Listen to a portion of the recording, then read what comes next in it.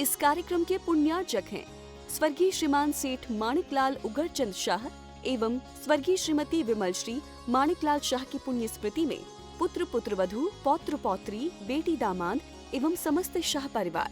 ओम नमः सिद्धेभ्यः। नमः श्रीवर्धमानाय निर्धूत कलिलात्मने सालोकानां त्रिलोकानां यद्विद्यादर्पणायते यद्विद्यादर्पणायते। पंच परमेष्ठी भगवान की परम पूज्य आचार्य भगवंत गुरुवर विशुद्ध सागर जी मुनि महाराज जी की, परम पूज्य मुनि श्री सुप्रभ सागर जी महाराज जी की,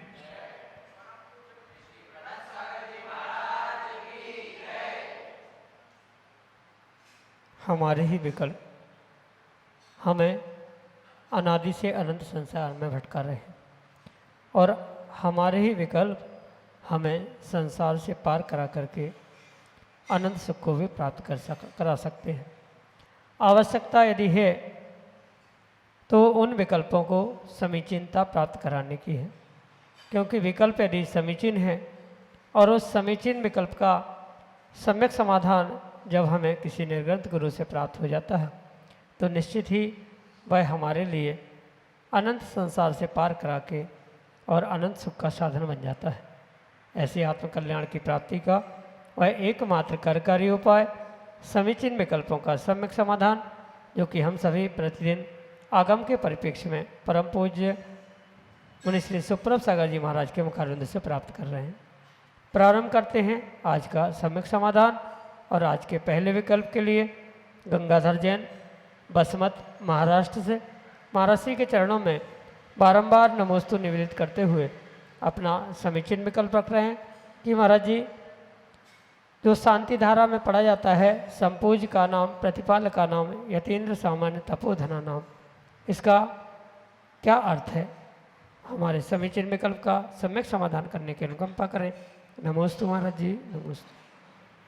ओम नमः सिद्धेभ्यः। पंच परमेश्वरी भगवान की आचार्य भगवान गुरुवर विशुद्ध सागर जी महाराज की,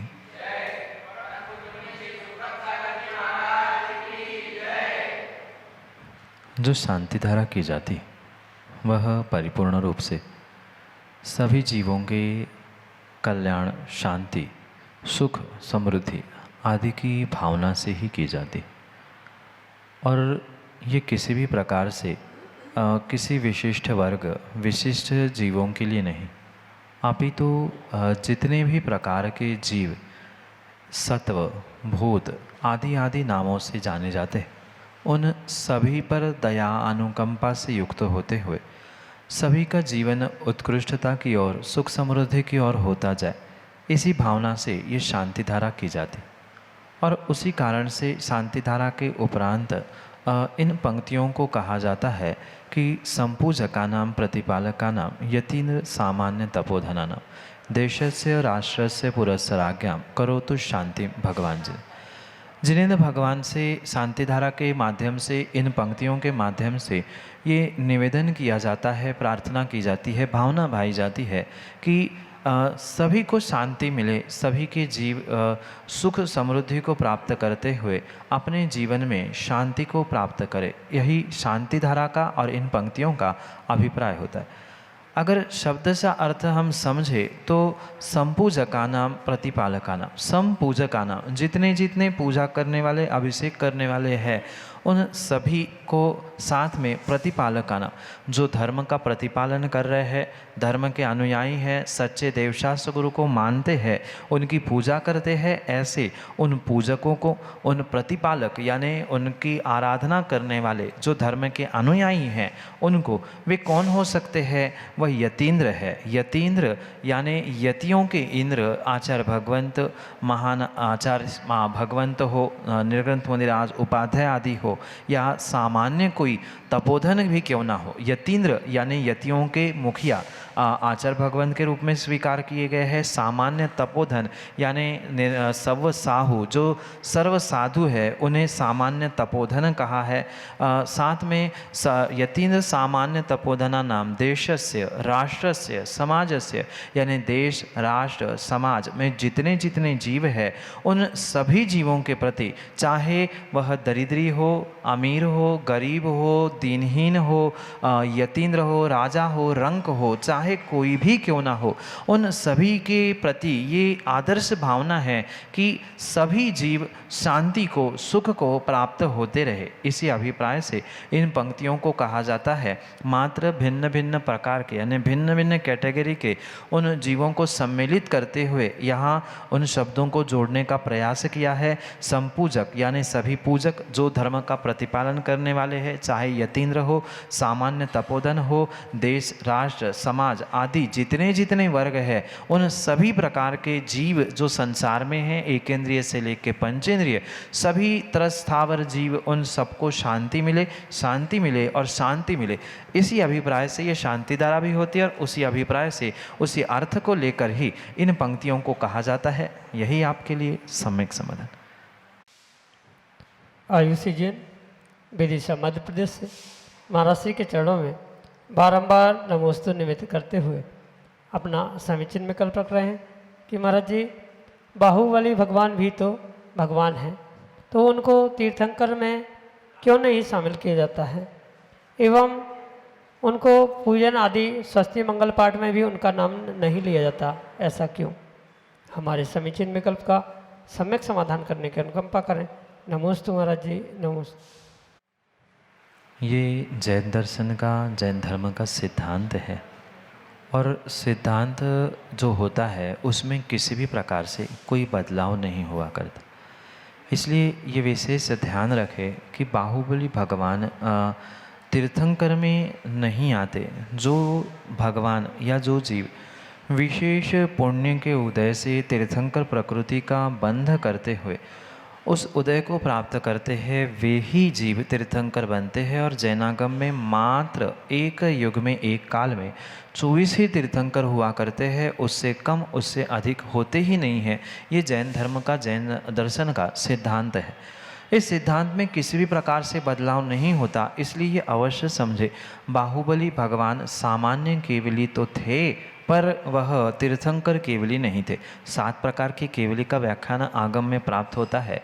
उनमें विशेष जो केवली भगवान होते हैं, जिनका समोशरण लगता है, आदि आदि जितने विशेष विभूतियाँ होती हैं, उन विशेष विभूतियों को प्राप्त करने वाले विशेष पुण्यात्मा के रूप में अगर कोई केवली भगवान स्वीकार किए जाते हैं तो वह तीर्थंकर केवली भगवान होते। शेष सामान्य केवली, उपसर्ग केवली आदि आदि अनेक प्रकार के केवलियों का व्याख्यान आगम ग्रंथों में मिलता है। जो बाहुबली भगवान हैं वे तपस्या, ध्यान आदि के माध्यम से अपने कर्मों को नष्ट करते हुए केवली भगवान बने, सिद्ध भी बने, पर वे तीर्थंकर नहीं बन सकते थे, क्योंकि 24 तीर्थंकर जो बनने वाले हैं, 24 है, वह निर्धारित होते हैं और वे 24 ही होते हैं, ना उससे कम ना उससे ज़्यादा होते। इसलिए ना उनको मंगल पाठ में ग्रहण किया है, ना किसी प्रकार से तीर्थंकरों की कोटि में उन्हें ग्रहण किया जाता है। मात्र एक ही कारण है, तीर्थंकर 24 ही होते हैं और वे कौन कब कहाँ बनने वाले हैं वह भी भगवान के केवल ज्ञान में झलका होता है। वे सामान्य केवली थे, वे तीर्थंकर केवली के कोटि में श्रेणी में आते ही नहीं, इसलिए उनको वहाँ ग्रहण ना करते हुए सामान्य केवली अरहंत और सिद्ध के रूप में ही स्वीकार किया जाता है। यही आपके लिए सम्यक समझ। श्रीमती प्रिया सिंघई ललितपुर उत्तर प्रदेश से महाराज जी के चरणों में बारंबार नमोस्तु निवेदित करते हुए अपना समीचीन विकल्प रख रहे हैं कि महाराज जी ऐसा कहा जाता है कि यदि कोई एक नियम भी लेता है तो उसे स्वर्ग मिलता है, तो क्या हमें स्वर्ग मिलेगा या नहीं, एवं हम भव्य हैं ये कैसे समझें? हमारे समीचीन विकल्प का सम्यक समाधान करने की अनुकंपा करें। नमोस्तु महाराज जी, नमोस्तु। आगम के परिप्रेक्ष्य में ये परम सत्य है। जो निश्चलता से व्रतों का पालन करता है, जो निर्विकल्पता से नियम व्रत आदि को धारण करते हुए उसे पूर्णता की ओर ले जाता है। वो जीव नियम से स्वर्ग जाता है, पर वहाँ ये विशेष बात समझे, मात्र द्रव्य भेष, द्रव्य नियम, व्रत धारण करने से नहीं, अपितु भावों के साथ उस नियम को प्राप्त करने से ही जीव अपना कल्याण करते हुए, पुण्य को प्राप्त करते हुए स्वर्ग में पहुंचता है। आपने अगर नियम लिया है और वह पूर्ण भावों की विशुद्धि के साथ आप धारण करते हो, प्राप्त करते हो, उसका परिपालन करते हो, तो उसमें विकल्प शंका करने की आवश्यकता ही नहीं है कि आपको स्वर्ग मिलेगा कि नहीं मिलेगा। ये तो वास्तव में केवली भगवान का विषय है कि कोई भव्य है कि अभव्य है, कोई नियम का पालन करने से कहा जा रहा है। क्योंकि कुछ बहुत सारे जीव ऐसे भी होते हैं जो नियम का पालन तो करते हैं पर मात्र दिखावे के लिए करते हैं। उनके भीतर वह भाव बिल्कुल भी नहीं होते कि किन भावों से हमें निर्मलता प्राप्त करते हुए, नियमों से, उन नियमों को प्राप्त करते हुए, धारण करते हुए कर्मों की निर्जरा करनी है आदि कोई भी विकल्प या कोई भी भाव उनके पास नहीं होने से मात्र द्रव्य भेष, द्रव्य नियम, द्रव्य व्रत आदि के कारणों से जरूरी नहीं है कि वह स्वर्ग ही पहुँचे। अगर वही सम्यक दर्शन के साथ, श्रद्धान के साथ, भवितव्यता का साथ आप नियम ले रहे हो तो हो सकता है आप स्वर्ग में भी जाए। ये भी बात आगम के परिप्रेक्ष्य में समझने की आवश्यकता है। सम्यक के अभाव में भी ऐसे व्रत को धारण करने वाले द्रव्यलिंगी मुनिराज है जिन्होंने द्रव्य भेष, द्रव्य नियम धारण किए हैं, वो भी स्वर्गों में गृहवेग तक जाते हुए देखने में आते हैं, पर वे कभी अपना कल्याण नहीं कर सकते। इसलिए सबसे पहले अपनी भवितव्यता को प्रकट करते हुए, भवितव्यता को पहचानते हुए उन नियमों का बहुत निर्मलता से उत्कृष्ट भावों के साथ परिपालन करने का पुरुषार्थ करें, तो ही आपका वह नियम आपकी भवितव्यता के साथ आपके कल्याण का मार्ग बन सकता है। क्योंकि मात्र स्वर्ग तक पहुंचना ये बहुत बड़ी बात नहीं है। स्वर्गों में तो मिथ्या दृष्टि अभव्य जीव भी द्रव्य भेष, द्रव्य लिंग धारण करके पहुंचता है, पर उससे कभी उसका कल्याण नहीं होता। कल्याण करने के लिए कहीं ना कहीं आपको अपने परिणामों की, भावों की विशुद्धि के साथ उन व्रत नियमों को धारण करना होगा। इसलिए भावों के साथ अगर आपने नियम लिया है तो आप स्वर्ग जाएंगे, उसमें कोई शंका नहीं है। और भवितव्यता की बात रही तो उसके लिए कोई बहिरंग कसौटी नहीं है कि जिससे आप पहचान लोगे कि इस प्रकार से भवितव्यता होती है या ये भव्य है कि अभव्य है। अगर आपकी सच्चे देवशास्त्र गुरु के प्रति प्रचंड श्रद्धा है, किसी भी प्रकार से हमें उनके समर्पण, भक्ति, श्रद्धा आदि में विकल्प नहीं है, तो नियम से आप भव्य हो सकते हैं व्यवहार दृष्टि से। बाकी निश्चय दृष्टि से भव्य, अभव्य, सम्यक दृष्टि, मिथ्या दृष्टि आदि की पहचान तो केवली गम्य है। इसलिए हम व्यवहार से ही अपने परिणाम, परिणति, देवशास्त्र गुरु का श्रद्धान, समर्पण आदि के निमित्त से स्वयं की पहचान करें और स्वयं की भवितव्यता को पहचानने का प्रयास करें और उसी के साथ भावों सहित नियम का पालन करें। स्वर्ग प्राप्त करना कठिन नहीं है। यही आपके लिए सम्यक समाधान। आरती जैन, विदिशा मध्य प्रदेश से अगले समीचीन निकलते हैं। नमोस्तु महर्षि। पुंगव शब्द का क्या अर्थ है जो कि आजकल मुनिराजों के नाम के साथ लगाया जाता है? नमोस्तु। सामान्य भाषा में अगर शब्द का अर्थ समझे तो पुंगव का अर्थ श्रेष्ठ होता है। जो श्रेष्ठ शब्द को लेकर है उसे ही पुंगव कहा जाता है। और आगम में भी मुनि पुंगव आदि शब्द का प्रयोग किया जाता है। जो मुनियों में श्रेष्ठ होते हैं, ऐसे तीर्थंकर भगवंत जिन्हें महामुनि भी कहा जाता है, उनके लिए ही पूर्वाचार्यों ने मुनि पुंगव शब्द का प्रयोग किया। कई सारे स्तोत्र, पाठ आदि में इस मुनि पुंगव शब्द का प्रयोग करते हुए आचार्य भगवंतों ने तीर्थंकर भगवंतों को ही सभी मुनियों में श्रेष्ठतम ऐसे मुनि पुंगव की, श्रेष्ठ मुनि, महामुनि आदि की उपाधि दी है। पर वर्तमान में शब्दों का, उपाधियों का भरमार चल रहा है। उसे देखकर सामान्य मुनि को भी कई सारे महामुनि कहते हैं या इन शब्दों का प्रयोग करते हुए मुनि श्रेष्ठ, मुनि पुंगव आदि आदि शब्दों का प्रयोग किया जाता है। पर आगम के परिप्रेक्ष्य में तीर्थंकर भगवान को ही पूर्वाचार्यों ने मुनि पुंगव शब्द से पुरस्कृत किया है या संबोधित किया है। इसलिए आगम की व्यवस्था है। फिर वर्तमान में शब्दों का अनेक प्रकार से अनेक स्थानों में प्रयोग किया जाता है वह व्यक्तिगत निजी किसी की दृष्टि हो सकती है, पर आगम में तीर्थंकर जो सभी मुनियों में श्रेष्ठतम होते हैं, ऐसे जिन वृषभ जिन्हें कहा जाता है, ऐसे मुनियों को, श्रेष्ठतम मुनियों को जो 13वें 14वें गुण स्थान में होते हैं, उन्हीं के लिए मुनि पुंगव शब्द का प्रयोग किया जाता है। यही आपके लिए सम्यक समझ। श्रीमती ज्योति जैन विदिशा मध्य प्रदेश से अगले समीचीन विकल्प के लिए। गुरुवार के चरणों में बारंबार नमोस्तु नमोस्तु नमोस्तु। महाराज जी, मेरा प्रश्न है कि क्रमबद्ध पर्याय क्या होती है? जैनागम में जो पूर्वाचार्यों प्रणीत आगम सिद्धांत आदि की प्ररूपण है, वहाँ किसी भी प्रकार से क्रमबद्ध पर्याय ये शब्द प्राप्त ही नहीं होता, क्योंकि ऐसी कोई व्यवस्था आगम के परिप्रेक्ष्य में है ही नहीं है। जब भी पर्याय की बात आती है तब आचार्य भगवंत क्रम नियत, क्रमवर्ती और क्रम भावी इन शब्दों का ही प्रयोग करते हुए उस पर्याय को विशेषणों से युक्त करते हैं। क्रमबद्ध वह होता है जिसका क्रम पूर्ण रूप से बंधा हुआ है। अगर प्रत्येक पर्याय को हम क्रमबद्ध रूप से ही मान लेंगे, जैसे कुछ जीव मानते हैं, तो वह आगम का अवर्णवाद है, जैन दर्शन का केवली भगवान का वस्तु स्वरूप का अवर्णवाद अपलाप ही माना जाएगा। क्योंकि सबसे बड़ा सिद्धांत जैन धर्म जैन दर्शन का अगर कोई है तो उसका नाम है वस्तु स्वतंत्रता। प्रत्येक द्रव्य, प्रत्येक कण कण एक दूसरे से स्वतंत्र है। अगर क्रमबद्ध है, कोई किसी से बंधा हुआ है, तो वस्तु व्यवस्था और वस्तु व्यवस्था की स्वतंत्रता कैसे संभव हो सकती है?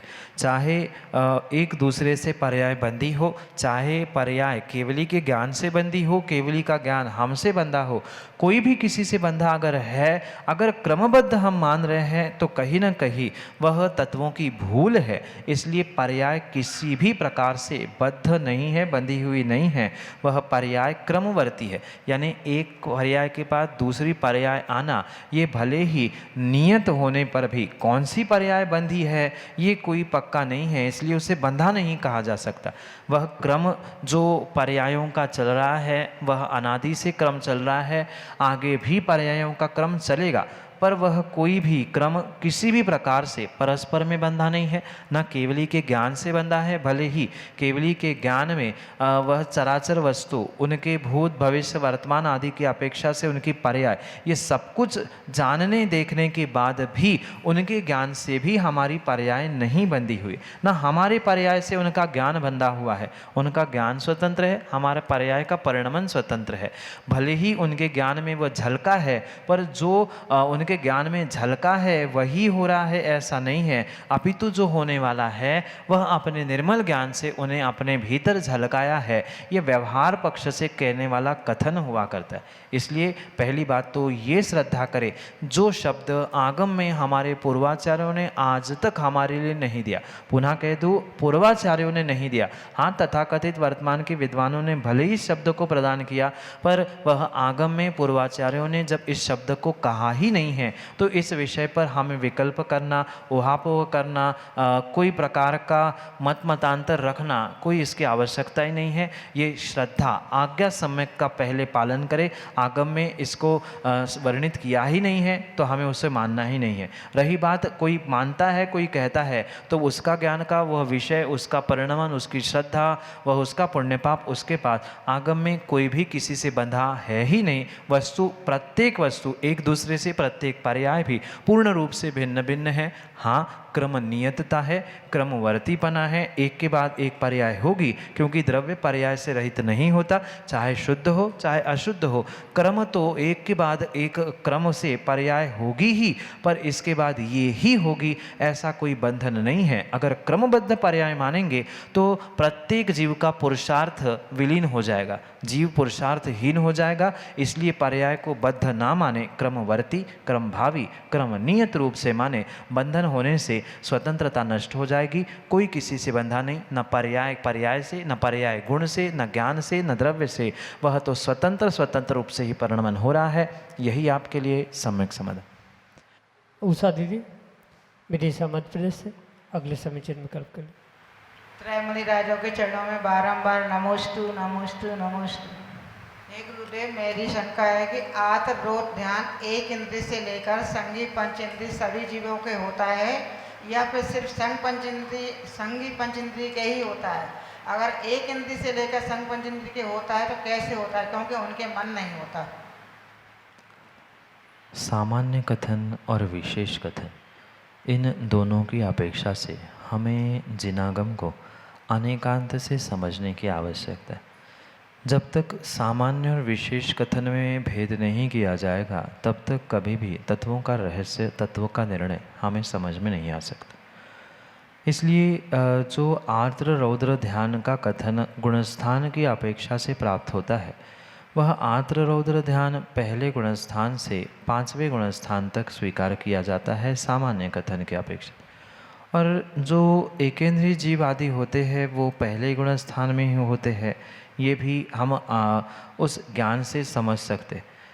इसलिए ये तो सामान्य कथन हमें पहले समझना ही होगा कि जितने भी वे आर्द्र रौद्र ध्यान हैं पूर्ण रूप से एकेंद्र जीव को भी होते हैं। पर ये भी ध्यान रखें वहाँ मन का अभाव है, मन नहीं है, इसलिए कोई ज़रूरी नहीं है कि मन से ही वह कार्य हो। जब तक मन की सत्ता नहीं है तो क्या तब तक कोई ध्यान ही नहीं माना जाएगा? और जब कोई ध्यान ही नहीं है तो फिर संसार के लिए निमित्त कैसे प्राप्त हो सकते हैं?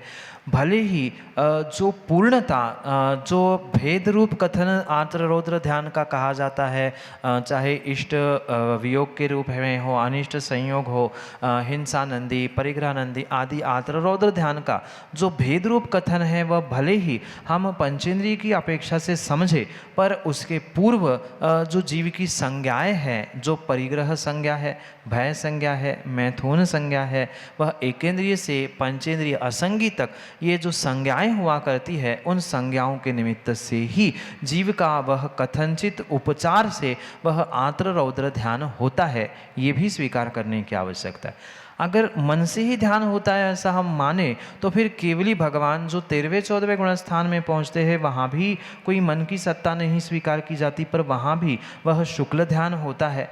तो जैसे वहाँ उपचार से शुक्ल ध्यान माना जाता है, बिल्कुल ऐसे ही वह पहले गुणस्थान में जो एकेंद्रीय आदि जीव है उनको भी उपचार से ही ये आर्द्र रौद्र ध्यान स्वीकार करने की आवश्यकता है। हाँ, ये परम सत्य है कि संगी मनुष्य या संगी पंचेंद्रिय से ही साक्षात वह जो भेद प्रभेदों से युक्त आर्द्र रौद्र ध्यान प्राप्त होता है वह वहाँ होगा, पर सामान्य कथन की अपेक्षा से, उपचार कथन की अपेक्षा से वहाँ हमें एकेंद्रिय को भी बिना मन के वो संज्ञा के निमित्त से, क्योंकि उस संज्ञा से भी बहुत सारा कार्य करता है, कर्मों का आश्रय कैसे होगा?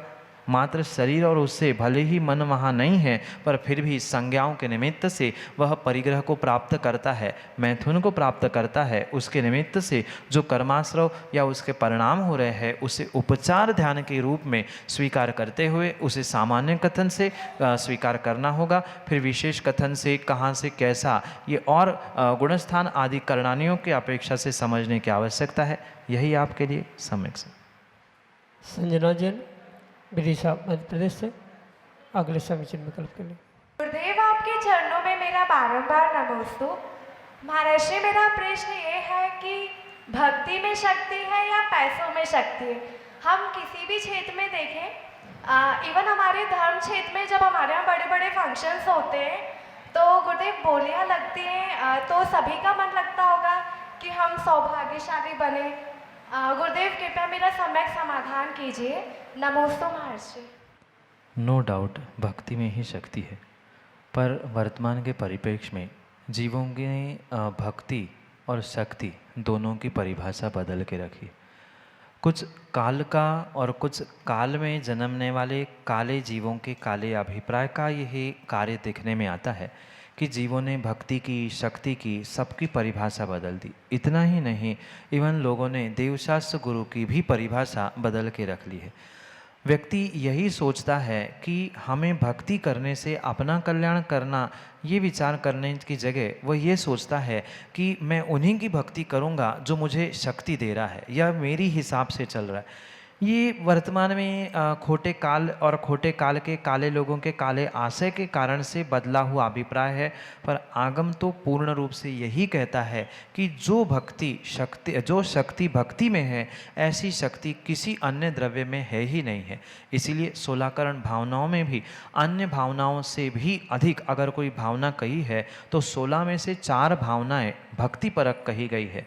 वह 25% भक्ति की भावना होने से हम स्वाभाविक रूप से ये समझे कि संसार में शक्ति अगर किसी के अधिक है तो वह भक्ति की है, पर कुछ पात्रों का चयन करने के लिए जो सामान्य रूप से एक व्यवस्थाएं बनाई गई है, पर वह मात्र धन पैसे आदि के निमित्त से की जाती है। पर कई सारे स्थानों में ऐसा भी देखने में आता है, नियम व्रत संयम आदि के माध्यम से भी पात्र बनाए जाते हैं, शांति धारा आदि की जाती है। तो हमें उसको देखते हुए भी इसका विचार करने का निर्णय करने की आवश्यकता है। पर ये परम सत्य है, भक्ति में ही शक्ति है। वर्तमान में जीवों के भाव और परिणाम परिणति बदलने से ये विकृति समाज में आई है। यही आपके लिए सम्यक समझ।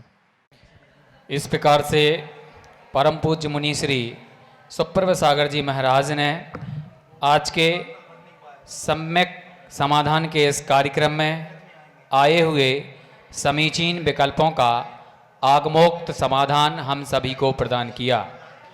परम पूज्य मुनि श्री के सानिध्य में आगामी अक्टूबर माह के प्रथम सप्ताह में शुभ लाभ अनुशीलन राष्ट्रीय विद्वत संगोष्ठी का आयोजन भी विदिशा की इस धर्मप्राण नगरी में किया जाएगा, जिसमें भारतवर्ष के अनेक स्थानों से प्रमुख विद्वानों को आमंत्रित किया जाएगा और वह अपने आलेखों के माध्यम से उस ग्रंथ पर मंथन चिंतन करेंगे।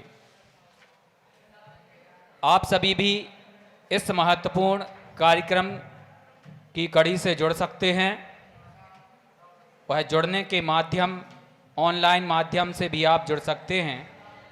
आप हमारे नंबर 8707548811 7415306441 इन नंबरों पर तथा samyak.samadhan@gmail.com इस ईमेल आईडी पर भी आप अपने समीचीन विकल्प हम तक प्रेषित कर सकते हैं। आपसे अनुरोध है कि हमारे सुप्रभ उवाच यूट्यूब चैनल एवं सुप्रभ उवाच फेसबुक पेज को लाइक अवश्य करें, ताकि पूज्य मुनित्रय के सानिध्य में होने वाले प्रभावनामयी आयोजनों की गतिविधियों से निरंतर आप लाभान्वित होते रहें। आदिनाथ चैनल पर सम्यक समाधान के इस कार्यक्रम को भी निरंतर श्रवण करते रहें तथा पूज्य मुनि श्री सुप्रभ सागर जी महाराज की दिव्य देशना प्रतिदिन चैनल पर 7:40 पर प्रसारित होती है, उनका भी लाभ लेते रहें। आज के इस कार्यक्रम में बस इतना ही। आज के इस कार्यक्रम में जुड़े हुए सभी श्रद्धालुओं की ओर से परम पूज्य मुनित्रय के चरणों में कोट सा नमोस्तु पूर्वक आज के इस कार्यक्रम को यहीं संपन्न करने की अनुमति चाहेंगे। नमोस्तु गुरुदेव, नमोस्तु गुरुदेव, नमोस्तु। इस कार्यक्रम के पुण्यार्जक थे स्वर्गीय श्रीमान सेठ माणिकलाल उगरचंद शाह एवं स्वर्गीय श्रीमती विमल श्री माणिकलाल शाह की पुण्य स्मृति में पुत्र पुत्रवधू पौत्र पौत्री बेटी दामाद एवं समस्त शाह परिवार।